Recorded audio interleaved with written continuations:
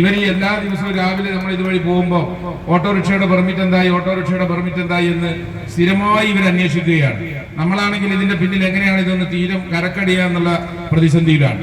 Road transport അതോറിറ്റിയിൽ ഇതിന്റെ മുകളിലുള്ള ഉദ്യോഗസ്ഥരാണ്, IG ഉണ്ട്, RTA തന്നെ മുകളിലുള്ള ഉദ്യോഗസ്ഥരുണ്ട്, അവരുൾപ്പെടെയുള്ള കമ്മിറ്റിയാണ്.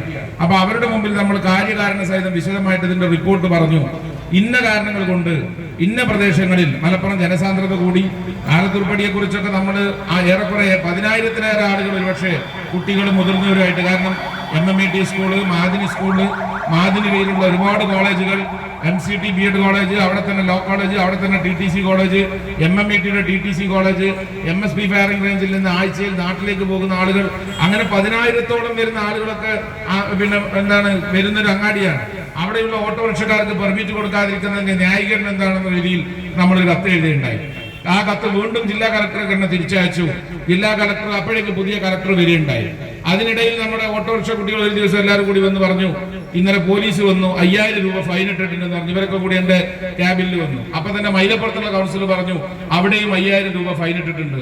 അന്നത്തെ CIയോട് നമ്മൾ പറഞ്ഞു, CI നിങ്ങൾ ഈ ചെയ്യുന്നത് തികഞ്ഞ അന്യായമാണ്.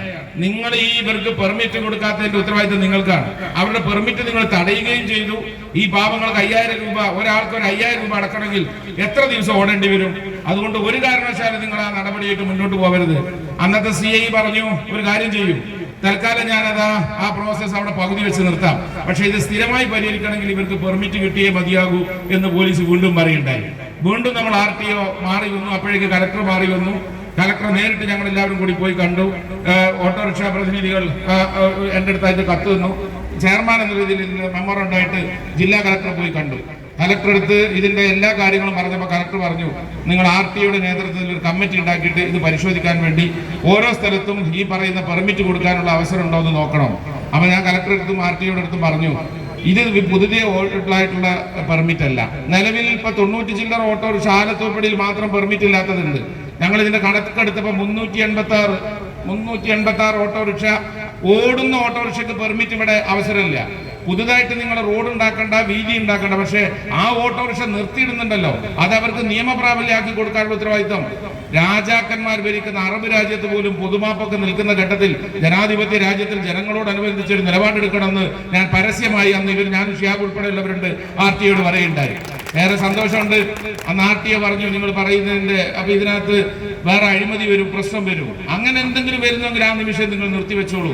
ഇതിൽ ഞാൻ പിന്നെ അന്വേഷിച്ചപ്പോഴാണ് അറിഞ്ഞത് 50,000 രൂപ മുതൽ 1,00,000 രൂപ വരെയൊക്കെയാണ് അത്ര ഈ പെർമിറ്റിന് വേണ്ടി ഇത് വാങ്ങാനും വിൽക്കാനും ഉള്ളത്.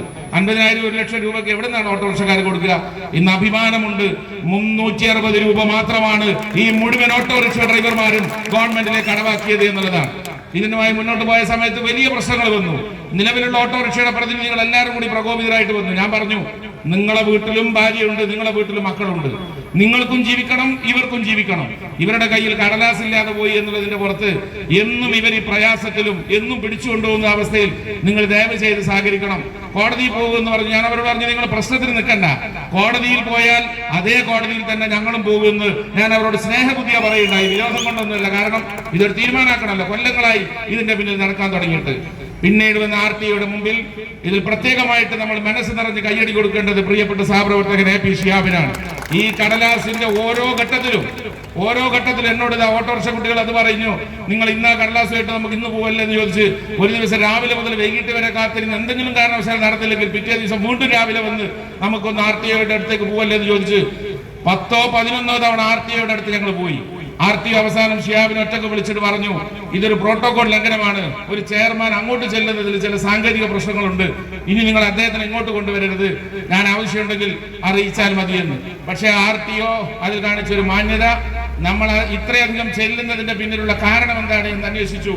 അദ്ദേഹത്തിനോട് ഞാൻ പറഞ്ഞു, ഇതിനകത്ത് എന്തെങ്കിലും ഒരു അന്യായം നടന്നു എന്ന് നിങ്ങൾ അവിടെ വെച്ച് നിർത്തിക്കോ, പക്ഷെ ഇത് ന്യായമാണെങ്കിൽ ഇത് നിങ്ങൾ പൂർത്തീകരിക്കാൻ വേണ്ടി സഹകരിച്ചു തരണം. അങ്ങനെ ഇതിന്റെ ഒരു ദിവസം നിരന്തരമായ ചർച്ചകൾക്ക് ശേഷം അവസാനം RTO പറഞ്ഞു, നിങ്ങൾ മുനിസിപ്പാലിറ്റി റിസ്ക് എടുക്കണം, എഴുതി തരണം, ഇതിന്റെ പെർമിറ്റിന് കൊടുക്കേണ്ട ലൊക്കേഷൻ നിങ്ങൾ സാക്ഷ്യപ്പെടുത്താം. ഞാൻ പറഞ്ഞു, നിങ്ങൾ പറയുന്ന അതേ സ്ഥലത്ത് ലൊക്കേഷൻ നൽകാമെന്ന് ഞങ്ങൾ സാക്ഷ്യപ്പെടുത്തി തരാം.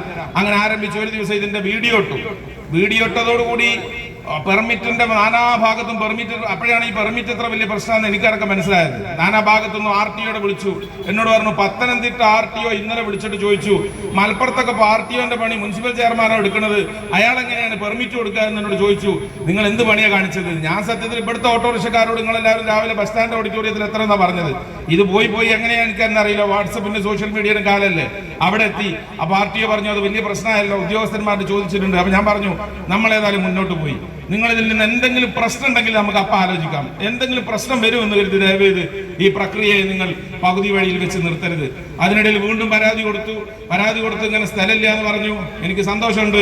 എൻ്റെ വണ്ടിയിൽ ബഹുമാനപ്പെട്ട ജില്ലാ RTOയും ജോയിന്റ് RTOയും ഞാനും ഷിയാബും ഇവിടെ ഇങ്ങനെ കൊണ്ടുവന്നു. അപ്പം എന്നോട് പറഞ്ഞു ആളുകൾ കാണരുത്, നിങ്ങളുടെ വണ്ടിയിൽ ഞങ്ങൾ പോരുന്നതിൻ്റെ ഒരു പ്രശ്നമുണ്ട്. ഞാൻ പറഞ്ഞു ന്യായമായ ഒരു വിഷയത്തിനല്ലേ. ഞങ്ങൾ ഇത് മുതൽ എല്ലാ സ്റ്റാൻഡുകളും കൊണ്ടുപോയിട്ട് RTOയും ജോയിന്റ് RTOയും കാണിച്ചു കൊടുത്തു. ജോയിന്റ് RTOക്ക് ഒരു കാര്യം മനസ്സിലായി, ഈ പറയുന്നത് യാഥാർത്ഥ്യത്തിലുള്ള കാര്യമാണ് എന്നുള്ളത്.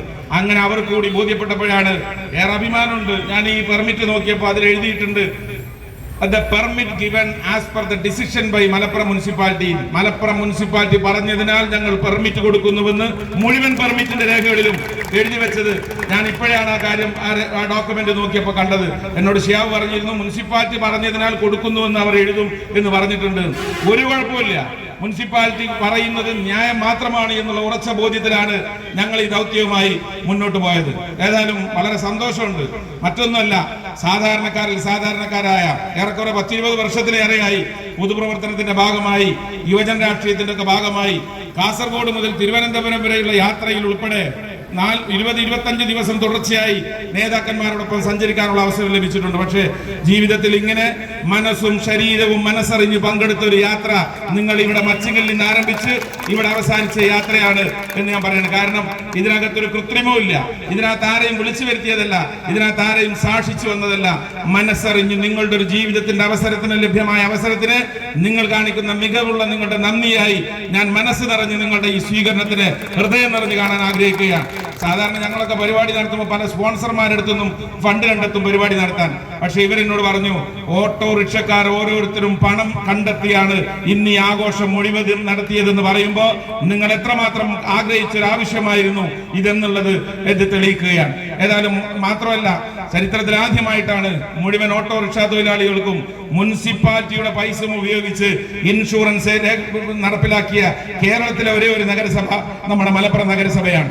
ഏതെങ്കിലും ഓട്ടോറിക്ഷ തൊഴിലാളിക്ക് എന്തെങ്കിലും ഒരു അപകടമോ മറ്റോ വന്നുപോയാൽ 1 ലക്ഷം രൂപ ഇൻഷുറൻസ് കിട്ടുന്ന രീതിയിൽ പ്രീമിയം മുഴുവൻ അടച്ചത് നമ്മളാണ്, മലപ്പുറം നഗരസഭയാണ്. സാധാരണക്കാരായ ഈ ഓട്ടോറിക്ഷക്കാരെ ഒക്കെ ഏതാണ്ട് എല്ലാവരെയും നമുക്കറിയാം. അയൽവാസികളും നാട്ടുകാരുമായിട്ട് ആളുകൾ ഇവിടെ നേരത്തെ പറഞ്ഞു 20-30 കൊല്ലമായി ഓട്ടോ ഓടിക്കുന്ന ആളാണ്.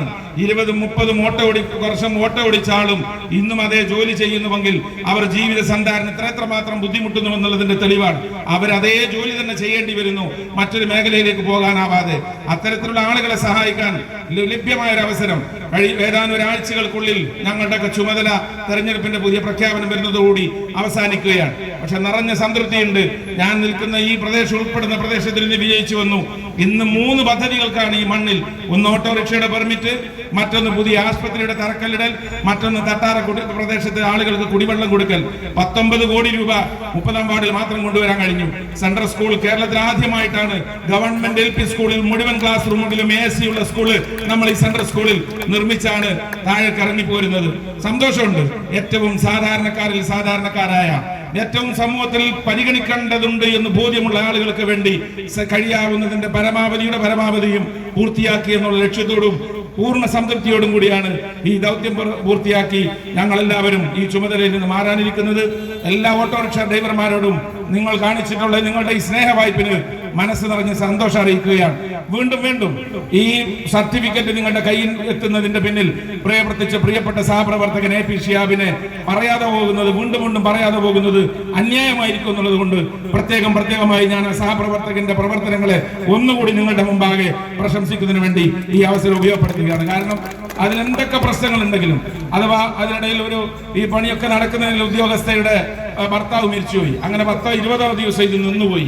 അവസാനം ഞാൻ RTOയോട് ചോദിച്ചു, ഞങ്ങളെ ആരെങ്കിലും ഓഫീസർമാരെ അയച്ചു തന്നാൽ നിങ്ങളത് ലോഗിൽ ചെയ്യാനാക്കുമോ? അപ്പൊ RTOയോട് പറഞ്ഞു, നിങ്ങൾ ചോദിക്കുന്നത് ആത്മാർത്ഥം കൊണ്ടാണെന്ന് അറിയാം, പക്ഷേ ആ ട്രാൻസ്പോർട്ട് ഡിപ്പാർട്ട്മെന്റിന്റെ ഫയലിൽ മുനിസിപ്പാലിറ്റിയുടെ ഉദ്യോഗസ്ഥർ കയറാൻ പറ്റില്ല, നിങ്ങൾക്ക് അറിയാലോ. ശരിയായിരുന്നു, പക്ഷേ ദിവസം നീണ്ടുപോയത് സമയത്ത് ഞങ്ങളൊന്ന് ചോദിച്ചതായിരുന്നു. പിന്നീട് അവർ തന്നെ വേറൊരു ഉദ്യോഗസ്ഥന് ഇതിന്റെ ചുമതല കൊടുത്തു.